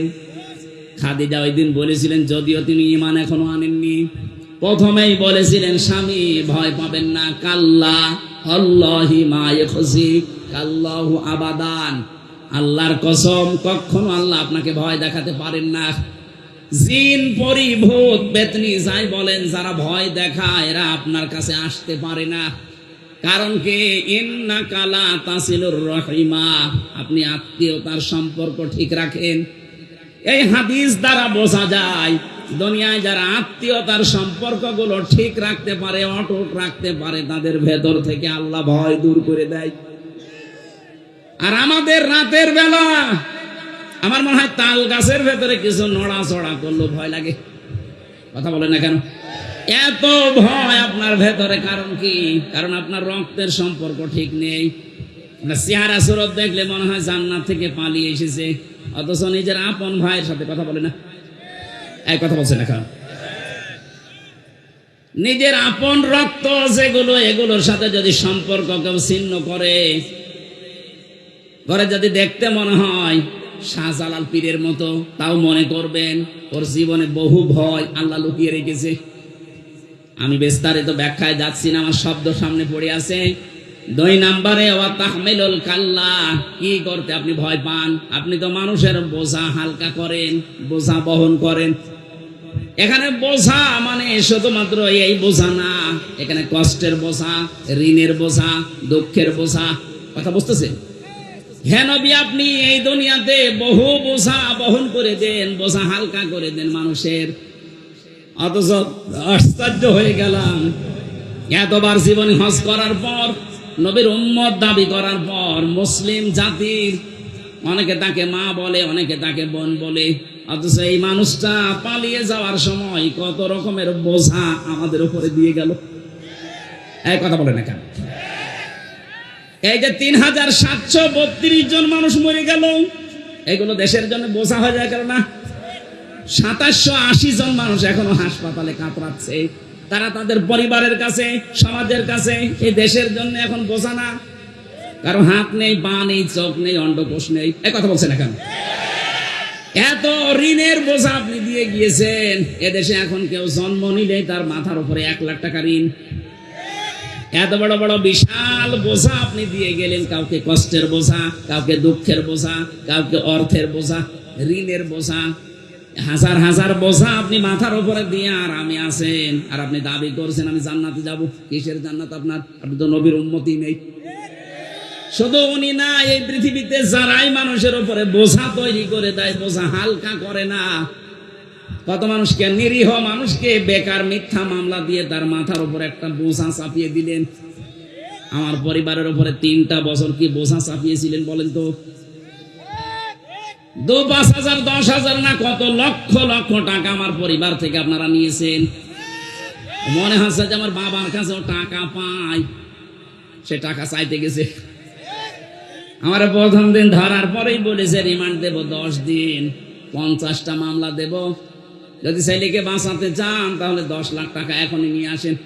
বাবা তো গ্রাম্য মানুষ, কোথা থেকে গিয়ে ধার মার করে 8 লাখ টাকা ও পাগল দিয়ে দিয়েছে। ওই শয়তানরা তো কথা ঠিক রাখে না, টাকাও নিয়েছে, পরের দিন আবার আরেকটা মামলা হয়েছে। বাস্তব বোঝা বোঝেন তো? এই যে বুকের বোঝাটা 3 বছর দিলেন, আমার স্ত্রীটা, আমার মা বাবা, আমার আত্মীয় স্বজন যারা আছে, কি বোঝা ছিল তারা? কথা বলে না কেন? অন্তত আমার রক্তের সম্পর্ক যাদের সাথে আছে, এই মানুষগুলো তো রাতে ঘুমাতে পারতো না। বিনা কারণে একটা মানুষ 2টা মেয়ে রেখে জেলখানায় পড়ে আছে বছরের পর বছর। আমার শরীরে এখন বিভিন্ন রোগ শুধু এই কারণে। এত কষ্ট আপনি দিয়েছিলেন, আমি চাই আপনাকে এরকম 3 বছর জেলে রাখা হোক। আল্লাহর ওলি, ঠিক আছে, বসেন বসেন, এই বসেন বসেন। আমার যে তথ্যগুলো বলা দরকার তাফসীর মাহফিলে আমি এবার আরম্ভ করছি, এদিকে তাকান। আমার এই হাদিস পড়া বলতে গেলে সময় চলে যাবে। 2 নম্বরে আমি পেয়েছিলাম রাসূলুল্লাহ যেই দিন হয়েছিলেন, ওই দিন থেকে তিনি যতদিন দুনিয়ায় জীবিত ছিলেন, এই 23 বছর, এই 23 বছরের 13 বছরের জীবন শুনতে অনেক মানুষের আগ্রহ আছে এখনো। আমি যদি এখন ওই 23 বছরের ভেতরে 13 বছরের মক্কার জীবনী বলি, কত মানুষ এখানে চোখের পানি ফেলে কাঁদবে। কিন্তু ওই রাসূলুল্লাহ তার 23 বছরের 13 বছর বাদ দিলে এখনো থাকে 10 বছর। বলেন বলেন, এই 10 বছরে তিনি প্রেসিডেন্ট ছিলেন। প্রেসিডেন্ট কি এমনি হয়ে গেছেন? কিছু করা লাগেনি। ওই কথাগুলো বলতে গেলে তখন কিছু মানুষের মন পাওয়া যায় না, বলে হুজুর এবার রাজনীতি হচ্ছে। আমার মনে হয় নবীজি যদি এখন বেঁচে থাকতো, শয়তান নবীজিকে এটা বলতো। সুতরাং আপনি ভুল বুঝবেন না, আমি আপনাকে বাঁচাতে চাই। আশা করছি আপনি এই বুঝটা নিয়ে যাবেন। এমন রাসূলকে অনুসরণ করার কথা বলা হচ্ছে, যার রাসূলুল্লাহর বয়স শুধু এই 10 বছর 13 বছর না, পুরা 23 বছর। কথা বলেন না কেন? তাকে অনুসরণ করা লাগবে কি শুধু 13 বছর? আরো জোরে, কয় বছর? 23 বছর। আগের 23 বছর তিনি হিলফুল ফজল গঠন করার মাধ্যমে কাটিয়েছিলেন। 17 থেকে 40 এই 23 বছর। বাকি 23 বছর কোরআনে কারীম হাতে নিয়ে তিনি এমন বিপ্লব ঘটিয়েছেন, কিয়ামত পর্যন্ত এইরকম বিপ্লব কেউ ঘটাতে পারবে না। জোরে বলেন সুবহানাল্লাহ। বিশ্ব নবী যেমন বলেছিলেন, খায়রুল কুরুনি করনি, আমার যুগ শ্রেষ্ঠ যুগ। হয়তো সেরকম সেই শ্রেষ্ঠ যুগ এই পৃথিবীতে আর হবে না, কিন্তু শান্তির যে সমাজ তিনি প্রতিষ্ঠা করেছিলেন, ওই নমুনা দেখানো যাবে। যারা হজে যায়, এই যে মাওলানা মহিউদ্দিন, আমার শ্বশুর এবং মাওলানা সুলতান সাহেব যাচ্ছে, ওখানে প্রবেশ করার আগেই দেখবেন একটা আয়াত আমরা পড়ি, অমাঙ্গে দাখলাহু কানা আমিনা। কোন মানুষ যদি এই কাবা শরীফের এরিয়ার ভেতরে আসে, আল্লাহ বলেন আমি তাকে নিরাপত্তা দিয়ে দেই। এই আয়াতটা কার? আরো জোরে। আমি এই আর কি মারার জন্য পড়ি না, এখানে শিক্ষা আছে। কাবার চত্বরের ভেতরে আসলেই তাকে নিরাপত্তা দেবে কে? আরো জোরে বলেন। কারণ ওই ঘরটা কার? বাংলাদেশ কি কাবা ঘর? বলেন বলেন। তাহলে এখানে কি এখন অরাজকতা চলছে? এই জায়গায় যদি শান্তি, স্বস্তি, নিরাপত্তার পরিবেশ দিতে হয়, এটা তোর কাবা না। কি করবেন আপনি? সূরা নাম 82 নম্বর আয়াতে আল্লাহ দলিল দিয়েছেন, 6000 কিলোমিটার দূর এখান থেকে কাবা শরীফ। কাবার ভেতরে ঢুকলে না আপনি নিরাপত্তা পেয়ে যাবেন, বাংলাদেশের 56,000 বর্গ মাইলে আসলে আপনি নিরাপত্তা পাবেন কি করে? আল্লাহ পাক বলেন এই কাজটা করো, উলাইকা লাহুমুল আমনু। এই যে এইভাবে তাফসীরের ভেতরে হাক্কানিতে আছে, আল্লাহ তার নিজের কুদরতি আঙ্গুল যেন এইভাবে দেখিয়েছে। বাংলাদেশ নামক একটা দেশ আছে 257টা দেশের ভেতরে, এর ভেতরে চুয়াডাঙ্গা একটা জেলা আছে, এর ভেতরে জীবননগর থানা আছে, ওথলি একটা গ্রাম আছে। এই বাজারের ময়দানে যারা কোরআন শুনছে, আল্লাহ ঠিক যেন তার হাত এইভাবে দেখাচ্ছে যে উলাইকা, এই মানুষগুলো, উলাইকা লাহুমুল আমনু, এদেরকে আমি নিরাপত্তা দিতে চাই। এরাই নিরাপত্তার হকদার। কারা? এর আগে আল্লাহ কয়েকটা গুণ দিয়েছেন, আল্লাযীনা আমানু ওয়া লাম ইয়ালবিসু ঈমানাহুম বিজুলমিন। পৃথিবীর ময়দানে যারা ঈমান এনেছে, ঈমান আনার পরে তাদের ঈমানের সাথে যারা জুলুমকে মিশ্রণ করে নাই। এখানে জুলুম মানে শিরিক। জুলুম মানে কি?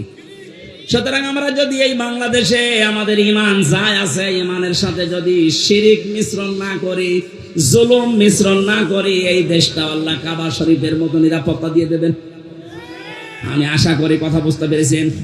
সুতরাং বাংলাদেশ সামনে যদি আমরা নিরাপত্তা দিতে চাই, আর্মি দিয়ে, বিডিআর দিয়ে, পুলিশ দিয়ে, র্যাব, সীতা, কোবরা দিয়ে হবে না। এদেশকে নিরাপত্তা দিতে হলে শিরিক মুক্ত করা লাগবে,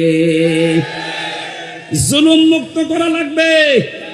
একটা হয়েছে অলরেডি, চেষ্টা চলছে, অন্তত দেশে আর জুলুম নেই। কথা বলে না কেন? এখনো কিছু হালকা আছে, এটা থাকবে না যদি শিরিক মুক্ত এই দেশ হয়। কি মুক্ত? বলেন বলেন। এই শিরিকটা কার সাথে? এবার আসেন এই শব্দটা বিজুলমিন আই শিরকিন, এই শব্দের ব্যাখ্যা পড়েছি আমি তাফসীরের ভেতরে পেয়েছি 4টা। শিরিক থেকে কেউ যদি নিজেকে বাঁচাতে চায়, সে যেন শিরিক বিল জাত, শিরিক বিল সিফাত, শিরিক বিল ইখতিয়ারা, শিরিক বিল হুকুক, এই 4টা থেকে নিজেকে বাঁচায়। শ্রেণী বিন্যাস করে করে আমি তাফসীরের ভাষায় দেখেছি 120 প্রকার হয় এই শিন, র আর কাফ। এত কথা এর ভেতরে আল্লাহ লুকিয়ে রেখেছেন। যত চেষ্টা করবেন তত নতুন নতুন তথ্য আপনি এখান থেকে পাবেন। আমরা কোরআনে কারিমের কথা বলতে গেলে কথা খুঁজে পাই না, আর আমার তো মনে হয় কোরআনের কোনো আয়াত পড়লে আমার শেষই হয় না। আপনি লেখাপড়া করবেন তো পাবেন কোথায়? বাস্তবে আমাদের এই দেশকে শিরিক মুক্ত করার জন্য আমরা অনেকে চেষ্টা চালাচ্ছি। ডাক্তার মোহাম্মদ ডাক্তার আব্দুল্লাহ জাহাঙ্গীর রহিমাহুল্লাহ, আল্লামা শহীদ দেলাওয়ার হোসেন সাঈদী রহিমাহুল্লাহ, তারা চেষ্টা চালিয়েছিলেন শিরিক, কুফর এগুলো দূর করার জন্য। কারণ তারা জানতেন এই পৃথিবীকে যদি নিরাপত্তা দিতে হয়, অবশ্যই এই পৃথিবীতে শিরিক বন্ধ করা লাগবে। কারণ এটা একটা বড় জুলুম। ইন্না শিরকা লা যুলুমুন আযীম। আমাদের চারিদিকে এমন এমন প্রতিবেশী আল্লাহ দিয়েছেন, সবগুলোই উল্টা পাল্টা। মায়ানমার, এই কথা বলছেন না কেন? চীন, ভারত, আর একদিকে সাগর। একটা প্রতিবেশীর ভেতরে দেখেন তো জুলুম ছাড়া, শিরিক ছাড়া আর কি আছে? আমরা যদি নিরাপত্তা এই দেশে পেতে চাই, আল্লাহর আশ্রয় ছাড়া কারো আশ্রয় নিয়ে সম্ভব হবে না। এই জন্য শিরিক বিল জাত বন্ধ করা লাগবে, শিরিক বিল সিফাত বন্ধ করা লাগবে, শিরিক বিল ইখতিয়ার বন্ধ করা লাগবে, শিরিক বিল হুকুক বন্ধ করা লাগবে। এটা তাফসীরে ইবনে কাসিরের ভেতর থেকে পড়বেন। আল্লাহ পাক বলেন, আমি আল্লাহ চাই তোমাদেরকে নিরাপত্তা দিতে। কাবা শরীফের ভেতরে আসলে যেমন নিরাপত্তা পেয়ে যাও, বাংলাদেশের 56,000 বর্গ মাইলও নিরাপত্তা পেয়ে যাবে যদি দুনিয়ায় শিরিক না থাকে। সর্বাত্মকভাবে চেষ্টা চালাতে হবে যে যেখানে আছেন, আমাদের বিশ্বাসে, আমাদের অনুভূতিতে, আমাদের পোশাকে, যে যেখানে আছে আমাদের কিন্তু শিরিক চলছে। এজন্য যখন মউতের ফেরেশতা আসে ওই সময় এসে এই কথা বলে, আল্লাযীনা তাতাওয়াফাহুমুল মালাইকাতু তাজ্জিবিনা ইয়াকুলুনা সালামুন আলাইকুম উদখুলুল জান্নাতা বিমা কুনতুম তা'মালুন। বলেন আল্লাহু আকবার। সূরা নাহলের ভেতরে আছে এটা, 14 নম্বর পারা 9 নম্বর পৃষ্ঠা 9 নম্বর লাইনে আছে 32 নম্বর আয়াত। আল্লাহ পাক বলেন এই মানুষটা যখন শিরিক মুক্ত জীবন গঠন করার পরে বিছানায় পড়বে, মউতের বিছানায় আছাড় খেয়ে, ওই সময় ফেরেশতারা এসে বলবে যে তাজ্জিবিন মানে শুধু পোশাক পবিত্র করা না, তাজ্জিবিন মানে শুধু শরীর পবিত্র করা না, তাজ্জিবিন শব্দের শাব্দিক অর্থ তার চিন্তা, চেতনা, বুদ্ধি, মেধা, তার ব্যবসা বাণিজ্য, কর্মজীবন, তার পরিবার, তার অর্থনীতি, সমাজনীতি সব কিছু পরিষ্কার পবিত্র, এগুলো করা লাগবে। আজ আমাদের সব কিছু পবিত্র হলেও এই দেশে এখনো পর্যন্ত অর্থনীতি পবিত্র হয়নি, সুদ দিয়ে পরিপূর্ণ। কথা বলে না কেন? ঈমান বাঁচাতে হলে এই দেশে এখনো পর্যন্ত যারা সুদ থেকে মুক্ত হওয়ার জন্য চেষ্টা চালাচ্ছে, আপনি তাদের কাছে যাবেন, আমি নাম বলি না, আপনি নিজের বিবেকের কাছে প্রশ্ন করে দেখবেন যারা সুদ থেকে মুক্ত হওয়ার চেষ্টা চালাচ্ছে। আপনার এটা ঈমানের দাবি, যদি আপনি না করেন আপনি কিন্তু বিছানায় পড়ার পরে যখন ফেরেশতার কাছে ধরা খেয়ে যাবেন। তাজ্জিবিনা যারা নিজেদের পবিত্র চিন্তা, শরীর, পোশাক, ব্যবসা বাণিজ্য, পরিবার, অর্থনীতি, সমাজনীতি, রাজনীতি, ধর্মীয় নীতি যেগুলো আছে সব পরিষ্কার পবিত্র করার চেষ্টা চালাবে। ফেরেশতারা বলবে ইয়াকুলুনা সালামুন আলাইকুম, শান্তি আল্লাহ তোমার বান্দা এর উপরে আমরা বর্ষিত করছি, উদখুলুল জান্নাহ, প্রবেশ করো ওই যে জান্নাত দেখা যাচ্ছে, বিমা কুনতুম তা'মালুন, যে কাজ তোমরা করেছিলে। শিরিক মুক্ত জীবন গঠনের জন্য বহু চেষ্টা চালিয়েছিলে সমাজে, পরিবারে, রাষ্ট্রে। আজকে আল্লাহ পাক এই জন্যই তোমাকে এই জান্নাতের দরজা খুলে রেখেছে, প্রবেশ করো। জেলখানায় যাওয়ার পরে আমি এই আয়াতটার বাস্তব উদাহরণ পেয়েছি। আল্লাহ জাহান্নামের কথা পুরাণ কোরআনে যেখানে দিয়েছেন সেখানে দিয়েছেন জাহান্নামের দরজাগুলো বন্ধ থাকবে, আর জান্নাতের কথা যেখানে দিয়েছেন সেখানে দিয়েছেন জান্নাতের দরজা খোলা থাকবে। আমি দেখেছি জেলখানায় 24 ঘন্টা তালা লাগানো থাকে, মেন গেট, কেউ প্রবেশ করলে তাড়াতাড়ি তালা লাগিয়ে দেয়। আল্লাহ পাক বলেন জান্নাতের দরজা এরকম না, জান্নাতের দরজা ওপেন থাকবে, খোলা থাকবে, যত মানুষ আসবে তার জন্য কোনোদিন বন্ধ করা হবে না। এজন্য আমাদের জীবনটা যেন শিরিক মুক্ত হয়।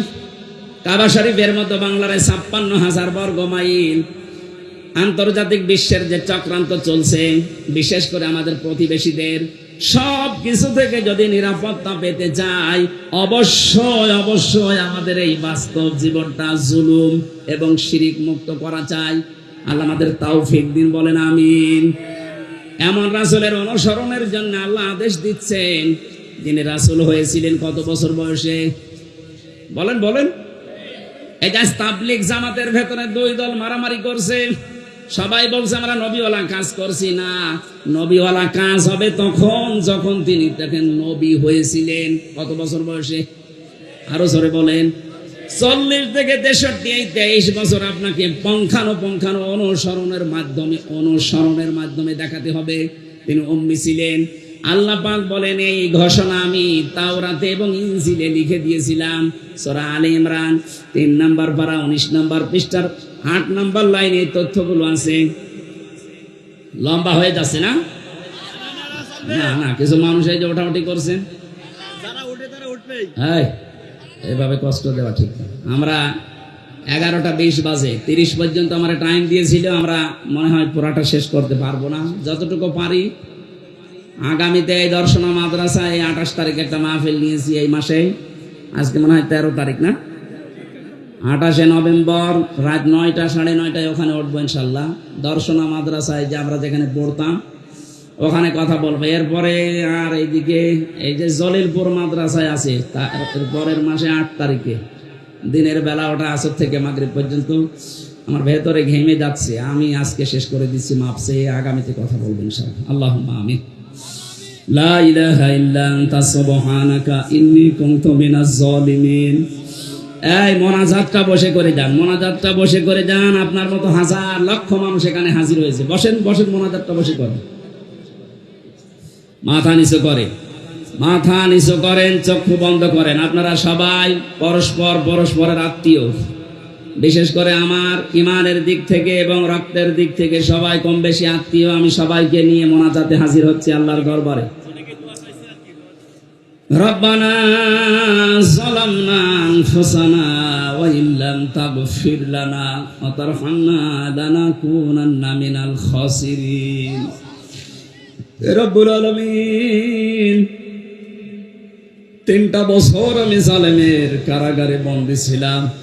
শরীরটা অসুস্থ হয়ে গেছে, এখনো পর্যন্ত স্বাভাবিক হয়নি। কথা বললে আমার কণ্ঠে ব্যথা হয়ে যাচ্ছে।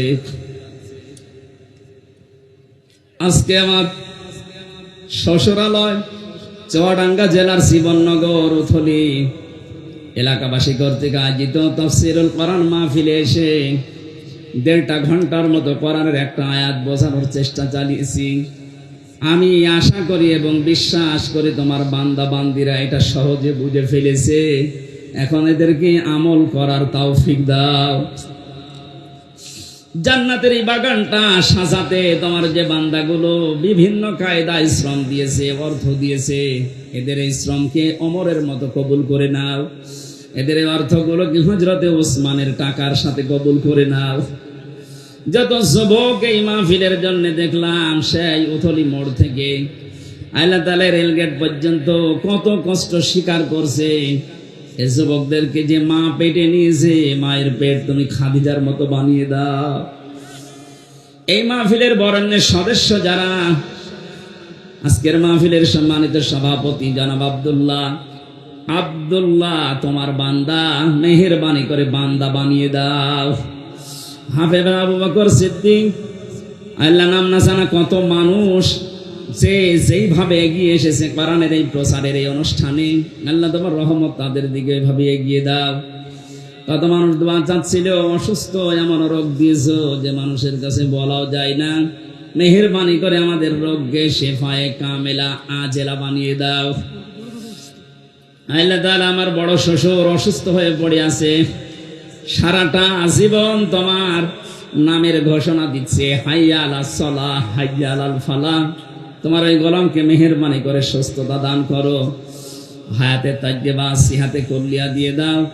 যত মানুষ আমরা অসুস্থ আছে এলাকাতে, মেহেরবানি করে শেফা দিয়ে দাও। মা বোনেরা যারা আছে এদেরকে তুমি ফাতেমার মতো বানিয়ে দাও। আমাকে তিনটা কন্যা তুমি দিয়েছো, এদেরকেও তুমি ফাতিমাতুজ জাহরার মতো বানিয়ে দাও। আমার স্ত্রী অসুস্থ, তাকে শেফায়ে কামেলা আজেলা দাও। আমার শ্বশুর শাশুড়ি সহ এলাকায় যারা আমার আত্মীয় স্বজন, যত মানুষ দূর দূরান্ত থেকে কোরআনের মহব্বতে ছুটে এসেছে, খালি হাতে ফেরত না দিয়ে এদের বাড়ি পর্যন্ত যাওয়া আসায় নেকি দিয়ে পাল্টিয়ে দাও। গনাগুলো ঝরিয়ে দাও। আল্লাহ আমল নামা যেন পুরাটা নেকি দিয়ে পাল্টিয়ে পরিবর্তন হয়ে যায়। আল্লাহুম্মা গফিরলি ওয়ারহামনি ওয়াহদিনি ওয়াফিনি ওয়ারযুকনি রব্বাল আলামিন। আলোচনা যারা এই ময়দানে রেখেছেন সে আসরের পর থেকে এই আলেমগুলোকে তুমি কবুল করো। মাওলানা হোসাইন আহমেদ, মাওলানা মহিউদ্দিন সহ, মাওলানা আরিফুল ইসলাম, মাওলানা আবু বকর সিদ্দিক, যত আলেমরা এখানে কথা বলেছে, আলেমদের কথাগুলো আমাদের আমল করার তৌফিক দাও। আগামীতে অনুষ্ঠানটা কোরআনের জন্য আরো বিশাল আকারে মঞ্জুর করো। উথলি বাজারে যত মানুষ ব্যবসা করছে হালাল রুজি উপার্জনের জন্য আল্লাহ বরকত দাও। আজকে যত মানুষ বিভিন্ন ব্যবসায় আঞ্জাম দিয়েছে, হালাল রুজিতে তুমি 100 গুণ বরকত বৃদ্ধি করে দাও। আল্লাহ তাআলা জনাব রুহুল আমিন, অ্যাডভোকেট রুহুল আমিন দোয়া চেয়েছে। যত মানুষ আজকে আসার সময় দোয়া চেয়েছে, মনের খবর তুমি জানো। যার যা মনের কামনা বাসনা আছে, যায় যা সেগুলো পূর্ণ করে দাও। বারাকাল্লাহু লানা ওয়া লাকুম ফিল কোরআনিল আযীম। আল্লাহ জমিনটা তুমি কোরআনের হাতে তুলে দাও। মরণ যখনই আসবে একবার হলেও যেন আমাদের এই জবানে জারি হয়ে যায় শেষ কথা, লা ইলাহা ইল্লাল্লাহু মুহাম্মাদুর রাসূলুল্লাহ। আসসালামু আলাইকুম।